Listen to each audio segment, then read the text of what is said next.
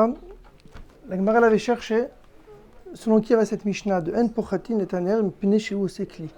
Pendant un temps, on n'a pas le droit de commencer à construire un cli, à creuser un cli pour en faire un bête qui boule, un réceptacle. Il y a un problème de bonnet. Donc pendant un temps, c'est interdit. Selon qui la Gemara avait demandé Mantana des petits Khatner Manahu. Selon qui va cette Mishnah, qui est le Tana qui pense que petit Khatner, c'est-à-dire creuser, faire le réceptacle d'un nerf, comment tu traduisais un nerf? Une lampe. C'est Mana, ça s'appelle faire un Keli. Donc au début, la Gemara avait dit que c'était Rabbi Meir. Ika de Amre. Amar Rav Yosef. Rav Yosef vient dire que c'est Rabbi Eliezer bar Rabbi Tzadoki. Ça va selon Rabbi Eliezer bar Rabbi Tzadok. Des Tnan, on enseigne dans la Mishnah comme ça. Al-Fasin, donc c'est une Mishnah dans la Sechet Eduyot. Il-Fasin Charaniot. Tehorot be'oel amet, vetmeot be'masa azav. Alors Al-Fasin Charaniot, il dit Rashi, c'est Mefaresh le Kaman. Le Gemara l'explique. Ki'arot shel bnei ayarot. Donc ce sont des marmites, des casseroles, des bnei ayarot she'enan bnei krachim gdolim, donc des villageois, ils ne viennent pas des grandes villes. Ve'en makpedim al kelim naim. Ils ne sont pas makpid d'avoir des jolis ustensiles. Donc ils ont des marmites, des assiettes simples. Ou mishenif sheta ki'ara shel cheres.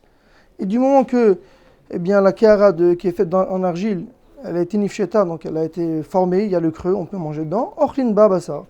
On mange directement, on l'utilise pour manger de la viande, de la soupe, n'importe quoi. Ve'en mamtinin ad shetitrakek vetetzarev bekifshan.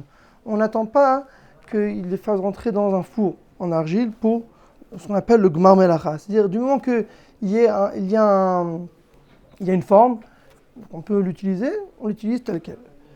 Donc ça c'est il fascine charaniot. Donc à partir de quand c'est mekabel touma? Alors la Mishnah elle dit comme ça. Teorot boel amet. Si elle se trouve dans un oel amet, c'est-à-dire dans une maison avec un mort. On sait très bien que quand il y a un mort dans un oel, dans une maison, sous le même toit, tous les kelim, tous les hommes qui sont à l'intérieur, ils deviennent tmeim, ils deviennent avatouma, comme si ils ont touché le mort. Mais pour ça, il y a une condition. Ils font un kli qui yesh lo petach. On va voir tout de suite dans Rashi. Yesh lo tor, c'est-à-dire il y a un bête qui boule. Donc ça s'appelle pas encore un bête qui boule. Ce il fascine charaniot, comme on va se dire Rashi, ça s'appelle pas un bête qui boule pour être métamé boel amet. On va voir Rashi. Teorot boel amet. Delega be oel amet bainan tor likli cheres. Donc pour un kli qui fait à base d'argile, j'ai besoin d'un tor. Un tor, c'est-à-dire qu'il faut qu'il ait un réceptacle. Dirtil vechol kli patouach. Mashma de yeshlo petach. Donc selon Rashi, kli patouach, ça veut dire qu'il est ouvert, il a une ouverture, il peut recevoir. Vechen lechol tumat maga. Et de même pour tout tumat maga, c'est-à-dire quand même quelqu'un qui touche, un kli qui viendra toucher le mort, pas seulement be'oel amet, qui se trouve dans le même oel, il faut qu'il y ait un tor. Donc ça s'appelle pas encore un tor. Le fait qu'on l'a pas encore fait rentrer, on l'a pas encore fait rentrer au four. Ça c'est par rapport à la touma de Oel Amet. Vetmeot bemasa azav. Mais si un zav il viendrait à le porter, un zav c'est quelqu'un qui est devenu zav, il a vu une touma de ziva, donc le din il est qu'il n'est pas seulement métamé, il rend pas tamé seulement quand il touche les ustensiles ou il touche les hommes, même quand il les porte. C'est-à-dire même si j'ai dans une balance, un zav il se trouve d'un côté de la balance et le keli où l'homme il le fait bouger, ça devient tamé. Pour ça, j'ai pas besoin d'un tor. Il dit Rashi, regardez tout de suite, vetmeot bemasa azav. Chez hazav metame kli cheres be'eset.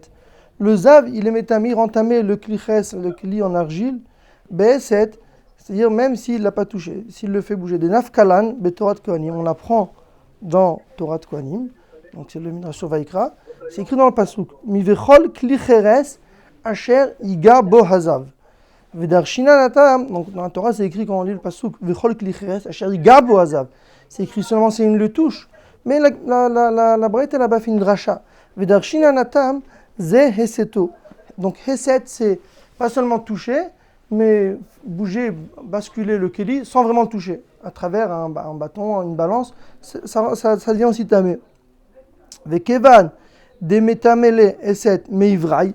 Or du fait qu'il le rend tamé, meivraï c'est de l'extérieur, pas besoin de toucher l'intérieur. Lo baretor, il n'a pas besoin d'avoir un creux. Parce que toute sa touma, elle vient même de l'extérieur. Si j'ai besoin de toumat maga, il faut toucher le kli. Donc là, il y a une condition d'afka, faut qu'il ait un tor, un réceptacle. C'est comme dans l'union de Oel Hamet, que c'est comme si que le mort il avait touché l'intérieur du cli. Mais par rapport à la Touma de Zav, que Zav il est métamé même Beheset, là, l'Oba est tor. Donc j'ai pas besoin d'un tor, j'ai pas besoin d'un réceptacle. Bon, non, la Gemara vient ramener la machloket. Vekasavar Tanakama. Selon Tanakama, on vient de voir, Klininhu, ça indigne de Kli, Hoil ou Mishtam Shimbaen, Kemot Shen, Ilkar, mais Kablin Touma, Bedavar, Araou, il est Taman. Selon Tanakama, lui, il pense que ce sort de Alphasin Charaniot, donc on a dit que bien qu'il n'y a plus encore le Gmar Melacha, mais les Bnei Ayarot, donc les villageois, les gens simples, ils l'utilisent, donc ils ont une utilisation, ça s'appelle déjà un Kli. Un Kli, c'est quelque chose qui est destiné à être utilisé, donc c'est utilisé, donc c'est Mekabel Touma, Bemasa Azab. Ça c'est Tanakama. Rabbi Eliezer Barabi Tzadok Omer, Af Teorot Bemasa Azab. Selon Rabbi Eliezer Barabi Tzadok, c'est Teor même Bemasa Azab. Non seulement Beoel Hamet, c'est Teor, mais même Bemasa Azav, ça serait Taor. Pourquoi? Les filles, Shelo Nigmera Melachtan, parce que la Gmar Melacha n'a pas encore eu lieu. Du fait qu'on ne les a pas encore fait rentrer au four, on ne les a pas chauffés, donc cet ustensile qui est fait à base d'argile. Donc selon Rabbi Eliezer ben Tzadok, tant qu'il n'y a pas eu le Gmar Melacha, donc on n'a pas vraiment fini la Melacha du Kli, c'est pas métamé. Donc la Gemara nous ramène une Mishnah, une machloket entre Tanakama, Rabbi Eliezer Bar Tzadok, à savoir, est-ce qu'un Kli qui est déjà destiné à être utilisé, on l'utilise tel qu'il est, mais il n'a pas encore été conçu entièrement, il n'a pas été terminé, il n'y a pas eu le Gmar Melacha, est-ce que c'est Mekabel Touma? Donc selon Rabbi Eliezer Bar Tzadok, tant qu'il n'y a pas eu le Gmar Melacha, c'est pas Mekabel Touma. Donc la Gemara ramène que notre Mishnah, qui dit que pendant Yom Tov, on n'a pas le droit de En Pochatin et Taner, Mipnei Shu Sekli, ça va selon Rabbi Eliezer Bar Tzadok, que tant que le Gmar Melacha n'a pas été fait, donc ça s'appelle que ce n'est pas encore un Kli.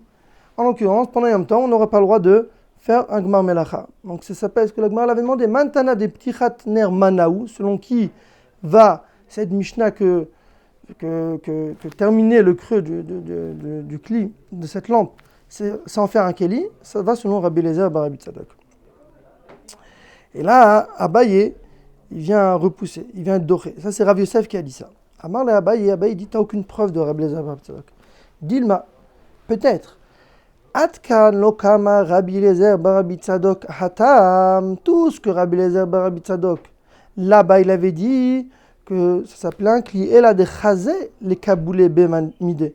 Parce que c'est Raoui, donc le Kli là-bas, sur le Fassin Charaniot, c'est apte à recevoir rien bête qui boule après qu'on l'a mis au four. Donc on peut le manger avalacha, mais ici la Gemara dit, bien que tu en as fait un creux dans cette lampe, les mailles chazé, c'est pas encore apte. Répond la Gemara, oui, c'est chazé, les kaboulé be pchité. Tu peux garder pchité, donc c'est des pièces. Donc tu peux l'utiliser en tant que tirelire, donc ça a un bête qui boule, donc ce sera oui, mais kabel touma, selon Rabbi Eliezer Barabi Tzadok. On va voir Rashi. Rashi dit, on s'est arrêté à Rabbi Eliezer Omer, En laem shum touma, de lav klininu. Pourquoi? Les filles shelo nigmera melachtan, chakikatan, donc c'est le cru, on n'a pas terminé. Ha nerkeku metamot, mide ifluk beilfasin, alma le Rabbi Eliezer chakika mashveileu mana. Je répète. Donc c'est-à-dire il n'y a pas eu le Gmar Melacha, selon Rabbi Eliezer. C'est quoi le Gmar Melacha? Chakikatan, on ne les a pas entièrement creusés. Donc on les met d'ailleurs hanerkeku, mais si tu as terminé le creux, metamot, midi fluk beil fesin, du fait qu'ils sont cholkim, leur machlokat est dans le fesin. Alma le Rabbi Eliezer chakika mashveli umana, c'est ce qu'on ressort de Rabbi Eliezer. Le simple fait de faire un creux dans cette lampe-là, donc ça la transforme en tant que kli, donc pour dans Yom Tov, ce sera interdit. Et là, l'Abaye, il vient et doché. Il dit Davka là-bas, des chazé, les kaboulémide, mishenerkeku. Donc, dans cette marmite, là, cette assiette, du moment que tu en as fait un creux, c'est dia chazé, les kaboulémide, c'est apte à être utilisé. Ou miou kodem chakika lo. Mais bien sûr, avant d'être au kek, on parle là-bas de ilfasin charaniot, si tu n'as pas encore fait le creux, c'est pas encore mekabel touma. Pourquoi? Des sofan ichakek. Sofan ichakek, c'est-à-dire du fait que c'est destiné encore à faire un autre Gmar Melacha, de terminer, donc c'est pas Mekabel Touma. Donc comme ça, Abaye, il a refuté ce que Rabbi Yosef avait ramené de Rabbi Eliezer Barabi Tzadok. Bon. cette notion de El Facine Traveneot, ce serait quoi? Ce serait de l'argile qui est suffisamment plat pour poser quelque chose dessus, mais qui n'est pas encore creusé. Entièrement, voilà. Suffit plat pour. C'est une genre de. Voilà, comme un plat, mais il n'y a pas encore le creux. Pour en prendre, voilà. C'est pas encore une. Le creux n'a pas été déterminé. Mais est-ce qu'il n'y a pas encore le creux ou est-ce qu'il n'a pas encore été cuit? Alors, dans la Gemara, on voit qu'il n'y a pas encore le creux. Peut-être je me suis mal exprimé au début. Au début, j'avais dit que ça n'a pas encore été cuit. C'est vrai aussi. Mais le creux aussi n'a pas été fait. Il manque les deux choses. Mais ce qu'on recherche ici, c'est le creux. C'est ce qu'on recherche. Là, on parle du creux. Pas de Ouais, ouais. Je me suis mal exprimé parce que. Comment? Parce qu'il est sans être cuit. Ouais, ouais. Voilà, les gens simples l'utilisent sans être cuit et sans creux. Mais donc, il Mekabel Touma. C'est Mekabel Touma que selon Tanakama. L'objection de Abaye, c'est pas sur le fait de ne pas encore l'avoir cuit, mais c'est sur le fait de ne pas l'avoir encore Exactement, composé. exactement. C'est le creux. C'est le creux, t'as mal exprimé. Exactement. Il y a plusieurs choses en même temps. Oui, oui, il y avait deux notions ici. Ah, on va revoir dans Rashi. Leur discussion, en fait, c'est est-ce que l'utilisation du pli, c'est une preuve suffisante pour dire que j'ai une mère mélartane? C'est sur ça que je suis pas d'accord. Est-ce que l'utilisation du kli, c'est suffisant pour appeler ça un keli pour le Mekabel Touma? Bien que le Gmar Melacha, selon tout le monde, n'a pas encore eu lieu. Le Gmar Melacha, c'est la Chakika. On fait un creux et le rentrer dans le four. Les deux. Mais là, il l'utilise déjà, donc c'est difficile de dire que l'utilise, mais c'est pas un creux. Il l'utilise, ok, parce que pour lui, il compte le terminer, quoi. Si, comme ça, il le laisse comme ça tout le temps, sans creux, alors peut-être selon tout le monde, ça s'appelle un kli, Gmar Melacha. Là, on parle que. Ils n'ont pas encore terminé, ils l'utilisent, c'est ce qu'ils ont trouvé, donc il n'y a pas de. Ok, on continue un petit peu. Tanour Abanan. En pochatin et taner, ven osin alfasin charaniot biyom tov. C'est de la halachot qu'on vient de voir, la première halakha de la Mishnah. En pochatin, on n'a pas le droit de faire le creux dans une lampe. Ven osin alfasin charaniot biyom tov. C'est le cas de la Braïta, ces fameux plats, assiettes, d'en faire le creux. Rabban Shimon ben Gamliel matir Alfasin charaniot. Lui, Rabban Shimon ben Gamliel, il permet dans alfasin charaniot. Parce que lui, il pense que là-bas, ça ne s'appelle pas faire un keli. Parce que Kaniri, que lui, il pense comme Tanakama, que c'est déjà Mekabel Touma. Parce que c'est déjà apte à être utilisé tel que c'est. Donc, en faire un creux pendant Yom Tov, ça rajoute rien à la construction du kli. Comme ça, Rabban Shimon ben Gamliel, il pense comme Tanakama. Et la Gemara maintenant explique ce que Rashi avait ramené avant. Maï charaniot. C'est quoi charaniot? C'est quoi ce mot-là? Amaravuda araniot. Araniot, ça vient du mot ir, donc c'est des villageois, des petites villes. La Gemara nomme Maï araniot. À quoi on fait référence? Amarabaye tsare chaklaita. Donc tsare, c'est des ustensiles, des marmites. Des chaklaita, peut-être ça vient du mot chaklaim. Donc c'est des gens, des chaklaim, comment vous traduisez ça? Des agriculteurs, voilà, des gens simples, paysans qui utilisent ces genres de tsaï, ces genres de marmites, tels qu'ils sont, sans en faire le creux. Là, on a vu que c'est une marque locale entre Tanakama et Rabbi Zababsai à propos de Toumat Massa, pas pour Oel Hamet, parce que pour Oel Hamet, il y avait d'Afka un digne de Tor, il faut qu'il y ait un bête qui boule. Ok. Bon, je pense qu'on va faire Hazara. C'était une partie un peu. Je crois qu'il y a aussi Pechami. Pechami.